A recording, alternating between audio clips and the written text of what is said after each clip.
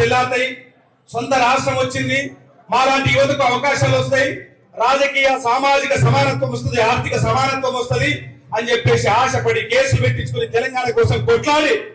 తిరిగి మేము గద్వాలకి వెళ్ళి ఇకనైనా మా నడిగడ్డ మారుతుందేమని చూస్తే మా నడిగడ్డ మారలేదు. మా నడిగడ్డ నాయకులే ఆ పార్టీలోంచి ఈ పార్టీలోకి, ఈ పార్టీలోంచి ఆ పార్టీలోకి మారుతున్నారు తప్ప మా నడిగడ్డలను ప్రజల గురించి ఏమాత్రం పట్టించుకోలేదు, మా రైతుల గురించి పట్టించుకోలేదు. మేము ఆ బంగాళకి వెళితే మా బీసీ ఎస్సీ ఎస్టీ మైనార్టీ వర్గాలను వాళ్ళ యొక్క బంగాళ కాడ తలుపుల కాడ కింద కూర్చోబెట్టుకున్నారు తప్ప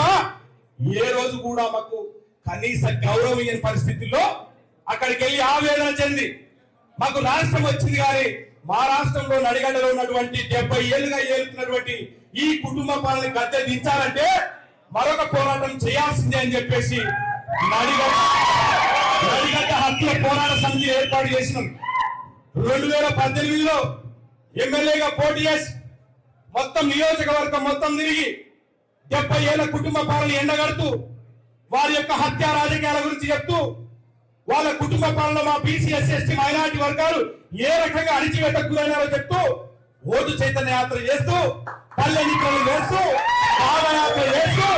గడప గడపకి వెళ్ళి ఒక్కొక్క గ్రామం లోపల మొత్తం కూడా అణిచివేయబడ్డ వర్గాల తరఫున ఒక ప్రశ్నించే గొంతుకగా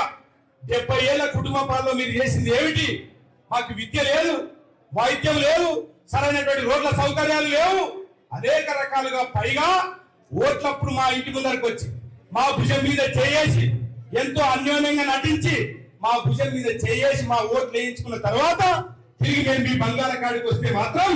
మీరు మా ఇంటి దగ్గరికి వచ్చినప్పుడు మా ఒంటి మీద ఉన్నటువంటి కండువాలు తీసి తుడిసి మా బంగారెడ్డి వచ్చినాడు, మా కృష్ణమోహన్ రెడ్డి వచ్చినాడు అని చెప్పేసి మా ముఖం తుడుచుకునే తువాలు తీసి వాళ్ళు కూర్చునే కాడ తూడ్చి కూర్చోబెట్టి చాయ్ ఇచ్చి నీళ్ళు ఇచ్చి వాళ్ళకు ఓటేసి అధికారం ఇస్తే అధికారం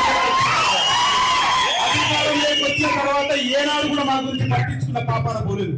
పైగా మేము ఆ బంగాళాఖాడికి వెళ్ళినప్పుడు మమ్మల్ని కులాల పేరు పెట్టి దూషించినటువంటి పరిస్థితి ఉన్నదాకా అక్కడ.